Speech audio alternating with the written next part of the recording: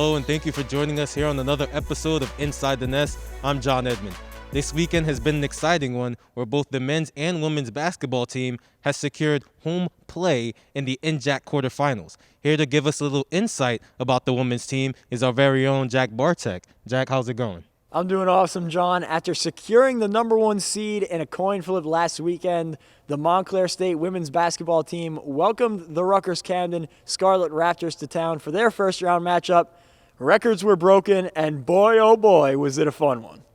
The number one seeded Montclair State Redhawks looked to stay hot against the number 8 seed Rutgers Scarlet Raptors, only dressing 6 players on the evening. Going to be a long night for them. And the Redhawks really set the tone early. First, it's Taylor Brown finding Trisha Peterson, 3-ball corner pocket, giving Montclair State the early 5-2 lead. They never looked back. 2:39 left in the first. Kayla Bush gets it on the interior, escapes pressure, lays it in with the left hand. Montclair State led it 20-4. Head over to the second quarter now. Montclair State extended the lead to 25. Julia Sutton spinning into the lane. Nice little righty hook off glass. Montclair State in complete control, leading 36-9.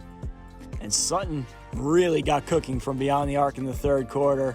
First act right there with the step back 3. The Redhawks loving it. Kendall Hodges with the dance moves on the bench. But she wasn't done yet. This time on the fast break, an outlet from Riley Mulligan. Step back, hits the 3-ball from the wing. And she was not done yet. One more from Sutton, this time fast break again. Call it deja vu, another step back. A trio of tray balls from Julia Sutton. She had 22, shooting 6 of 7 from deep. And then with about 5 minutes left to go in the fourth, Kalisha Petit-Friere finishing through the contact, count it plus the foul, and that was just the cherry on top of the ginormous Montclair State cake. As they defeated Rutgers-Camden 101-37, they advanced to take on Kane in the second round. What I think is cool is that everyone really contributed. We got to play all of our players that have dedicated so much time and effort and really given up a lot. And, sometimes you don't get a lot of people into the playoffs, especially, but it was nice today. And I think everyone scored, maybe but one player. Everybody grabbed a rebound, so everyone kind of got to the stat sheet. So I think that's a cool way to sort of remember that. And I thought we did a nice job today. Being knocked out 2 years ago by Kane was definitely something that I still remember this day. We know that Kane's going to come in ready to play. We beat them twice, and I have every confidence we can do it again. We know how good of a team they are, and I think coming off this win and how we're playing now, if we keep playing together, I think it's going to be a really good game. I don't think anything's going to change. I mean, what we've been doing has kind of gotten us to this point. So I think we'll just try to fine-tune it a little bit, and have some good days in the gym and get some shots up and, just go in to Kane with, feeling good about ourselves. Let's take a look at some of the record-breaking numbers from Friday, starting with 14. That's the number of Redhawks that scored, which all added up to 101 points. That set a new Montclair State playoff record for points at a game, crushing the previous total of 83. 55% is what the Redhawks shot from the field, converting an eye-popping 40 of their 73 shot attempts, and 14 three-pointers made is the second most threes in a single game in program history. It's the quarterfinals of the NJAC Tournament as the 3rd-seeded Montclair State Redhawks host the 6th-seeded William Patterson Pioneers. William Patterson started off on fire with an 8-point lead, and this dunk by Adrian Lopez makes the lead 10. Late in the first half, Montclair State down 25-33 with just over 3 minutes left. The senior, Irving Callender IV, makes the 3-pointer. Montclair State is now down 5. With 30 seconds left in the first half, MSU down 4. Here's a nice feed to Miles Mitchell-White for the layup, which cuts the lead down to 2 at the half. In the second half, the Redhawks go down by 1 with 12:30 to go. Miles Mitchell-White drills a 3-pointer and Montclair State leads by 2. 30 seconds later, William Patterson down 2 in a very tight game. Michael Gilmore answers with a 3 of his own. William Patterson takes back the lead. Playing a little game of back and forth, anything you can do, I can do better, Keon Price hits it from downtown, which makes Montclair State go back up by 2. William Patterson keeps on coming. Down 6 with 4:05 remaining, Evans Monflery slams it down. Montclair State leads 75-71. Both teams keep on fighting. Montclair State up by 3 with 50 seconds left. Devin Cooper hits a dagger 3.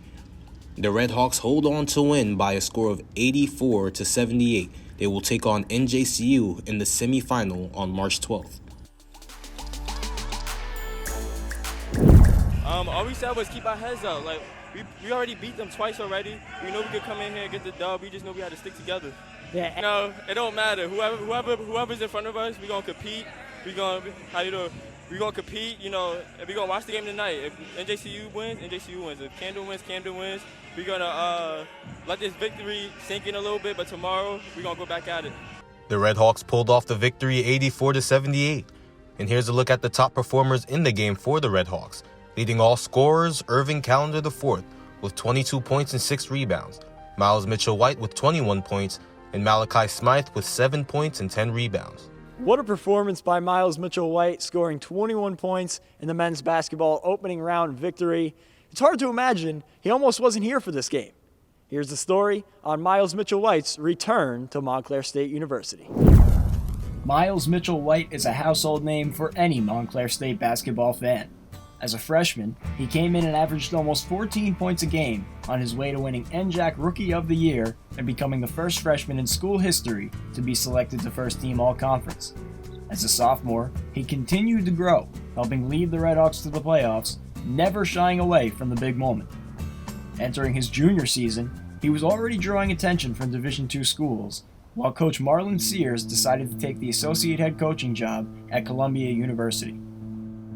We found out that Coach Sears was leaving and that he was no longer going to be here, and that was a big part of the reason why I transferred, and that was a big part of the reason why I felt like I needed to do something else. I didn't know who the new coach was going to be here, and I wasn't really trying to risk it at the moment. I visited the 4 to 5 schools that summer, trying to figure out what would be the best space for me.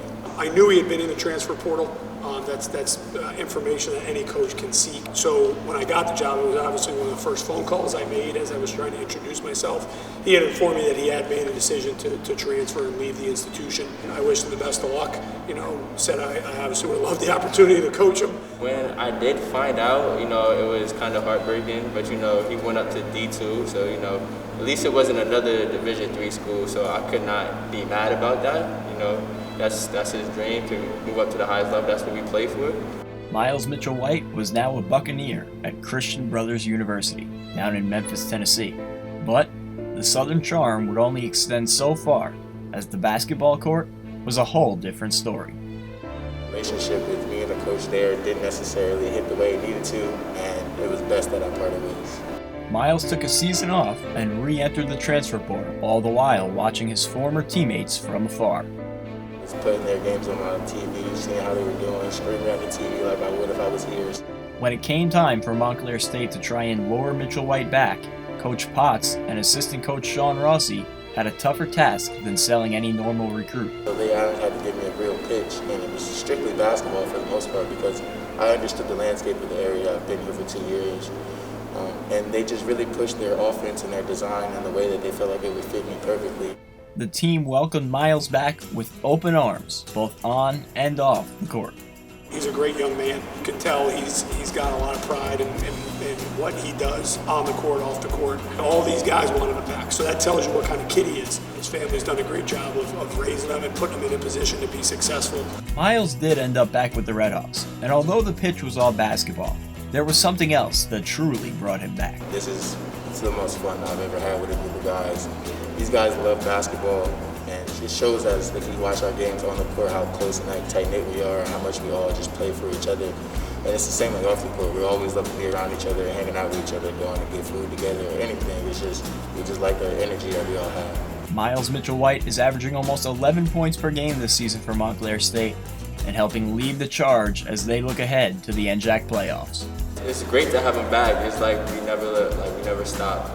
You know, we never stop being a teammate. It felt like so him being back here, Like I said, I like to run in transition. He likes to run in transition. So I feel like we fit together well. And, even though this year is short, it's great to have him back still. The women's volleyball season has begun. This past Tuesday, the women fell to Stockton 3-1 in their season opener. Set 1 was notched by the Ospreys, but the Red Hawks came back to win set 2. Unfortunately, Stockton came back stronger to win the last 2 sets and defeat Montclair for the win. This is not the last we'll see from this team, as Thursday was their first home game against New Jersey City. Let's take a look at how it went. Montclair State takes on NJCU in their home opener. It was limited for fans, with family being the only ones allowed in the stands. Another big change for this team is that they are wearing masks to play, unlike other MSU teams, which makes this a medium-risk sport as opposed to high-risk like basketball. Set 1, Redhawks get out to the early lead. NJCU Chandler Zariel gets stuffed at the net by Skylar Kowalski, makes it 8-2. Later in the set, Kowalski still on the serve, gets the ace, makes it 22-5. Looking for the set point, Kelly Waterman. Little bit of a rally here. Gianna Arias with the tip at the net. Super pumped up. That gives the Redhawks set 1. Set 2, more of the same. Montclair State in control. Ciara Herbert with the good dig in the back row. Kelly Waterman sets up Leah Higgins for the kill. Puts Redhawks up 7-3. Redhawks up 17-10. NJCU barely keeps it a play, free balls it back to MSU. Carly Waterman gets the kill, makes it 18-10. Redhawks looking to take set number 2, free ball to MSU. Arias with a good tip over the net. MSU goes up 2-0. The Redhawks feeling good between sets, showing off those dance moves.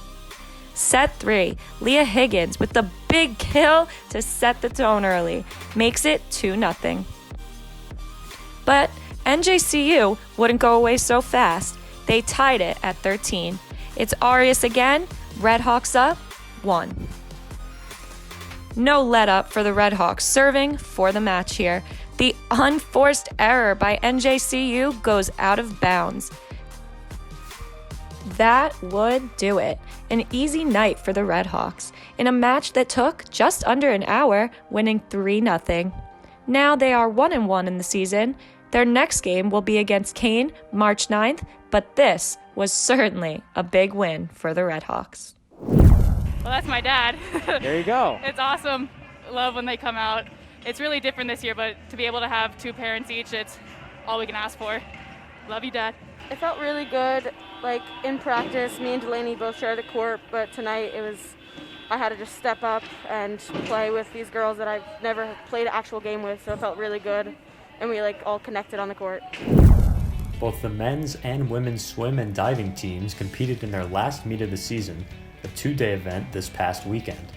Both faced the college in New Jersey virtually, while the women also competed against Kane in person. Senior Ian Johnson was the first of many this weekend to set a new school record, breaking his own mark in the 1-meter dive. The men followed that up with a dominating performance in the 200 freestyle relay, as Sam Golovin, Greg Carback, Tyler Dorsett, and Spencer Dubois smashed the previous record. Golovin would also break the 50 freestyle record as the leadoff leg. For the women, Taylor Waddleton gave her team their first individual win with a victory in 500 freestyle. Day 1 of the tri-meet would end with another broken record for the men as Christian Mulison, Dubois, Dorsett, and Golovin set a new record in the 400 medley relay. The women would have more success on day 2 as freshman phenom Lydia Boguslavska captured a victory in the 200 freestyle and led her team to a second-place finish in the 200 medley relay. In exciting fashion, Emily Rothamel would narrowly win the 100 backstrokes, sending the Panzerpool into a frenzy of cheering. The women would cap off an exciting start to the morning session with an 800 freestyle relay victory. The men's team enjoyed success as well, with Spencer Dubois breaking records in both the 100 and 200 breaststroke, marks previously held by Kane head coach Chris Swenson. Freshman swimmers continued to excel in this one, as Ryan Capps would also break the pool record for the 1650 freestyle. Unfortunately, the men did lose to TCNJ to finish the season at 2-1. The women, however, defeated Kane but lost to TCNJ as well, as both TCNJ teams took home the NJAC swimming and diving championships. Despite the results, Coach McLaughlin was happy with both teams' performances. Awesome finish to the weekend. We spoke about it a little bit yesterday, but how important was it to get today and this weekend in? Very important, and I think I mentioned yesterday, it just bodes well for spring training and then more importantly for next fall. So we couldn't be happier. Redhawks football is officially back, as the program is one of 9 fall sports that have been granted a season this semester. In 2019, the team went 6-4, good for 3rd in the NJAC. This year, though, they'll only have 3 regular season games. Game 1 will be at Kane University on March 13th, and the remaining 2 will take place here at Sprague, with the Redhawks hosting Wesley College on the 20th and William Patterson on the 27th. Head coach Rick Giancola, entering his 38th season in that role, talked to us about his approach to the unique schedule. This would be just the same as if we had a 10-game, 12-game, 15-game schedule. It doesn't matter. The next game always becomes the most important game. And once Saturday is finished and you've played and you've had a chance to digest everything and you look at the films on Sunday, when Monday comes, time to think about the next opponent. Every game will certainly be important for senior quarterback Jaquil Burch, who torched the NJAC for a conference-leading 2,311 yards in 2019. For Burch, what he's learned off the field is just as valuable. How to be a better human, you know what I'm saying? It's not about the game scores or the wins, it's about being around your team and be a better teammate. I think that's what it's taught me. Another standout for this squad is junior defensive back Brennan Ray, a second-team All-NJAC who tied for the team lead in interceptions last season with 4. Speaking to us, he gave credit to the team's coaching staff for his success. To be completely honest, it's not me. It's, the people around me, and my coach put me in the right position to be there. Obviously, it does take a little bit of talent to, make the plays and make more out of it, but the scheme and the game plans we have behind what we do really puts me in those positions, and I look to double that this year. Sharing that interception lead with Ray was defensive back Zach Zaccone. As a sophomore, Zaccone also led the team in tackles with 84, good for 4th in the conference. He made first-team All-NJAC and is expected to lead the defense once again this year. On offense, running back Abilene Mendez enjoyed a breakout freshman year, playing in just 4 games but winning NJAC Offensive Rookie of the Week 3 times. He'll look to make the most of another small sample size this season. And new to the team is kicker Ian Johnson, a 3-sport athlete here at Montclair who made second-team All-NJAC for men's soccer and set school records as a member of the diving team last year. Although short, this upcoming season has a chance to be a memorable one, and a challenge both players and coaches are more than ready to tackle. It's very difficult. I've never coached a season, and I've been coaching a long time. I never coached a year like this before. We want to win. We want to show the rest of the league that we're young, but we're ready to play. We're all bigger, better, stronger, and looking to win the NJAC. This week, the men's and women's soccer teams are beginning their seasons after being sidelined last fall due to COVID-19 restrictions. Even so, both teams train in the fall in preparation for this shortened spring season. The men are coming off a championship season, winning the NJAC title for the 14th time in school history. Head coach Tom Tumelty has big plans this season. We have a lot of new players. Obviously, Steph Koroman is a player who's coming back for his 5th season. We have Brogan Quigley. We have a couple transfers coming in as well that we think can make a huge impact for us. This year, more especially, I think Max and Coach Todd, they do very, very well in the recruiting, and this year the talent is unreal. I'm expecting nothing but absolute quality from everyone. I think the hard work is there at practice, and I'm expecting nothing but W's and wins. The men start their season Wednesday at Stockton University. On the other side of the pitch, the women are working hard to bring home their first NJAC championship since 2014. Head coach Patrick Naughter believes his team has the talent to do just that.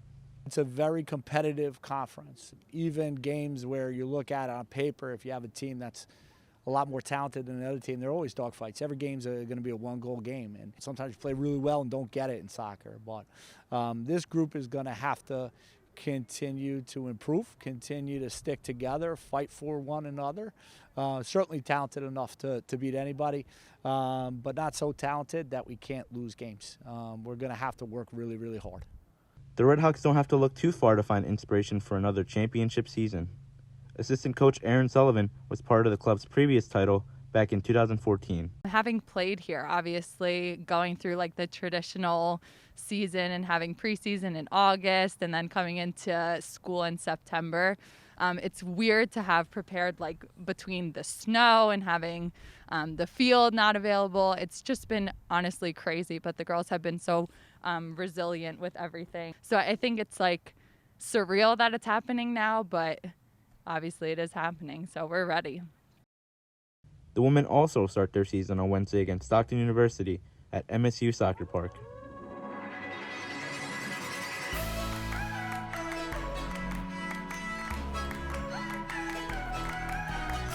Our social media post of the week is brought to you by the men's soccer team at MSU_men's_soccer.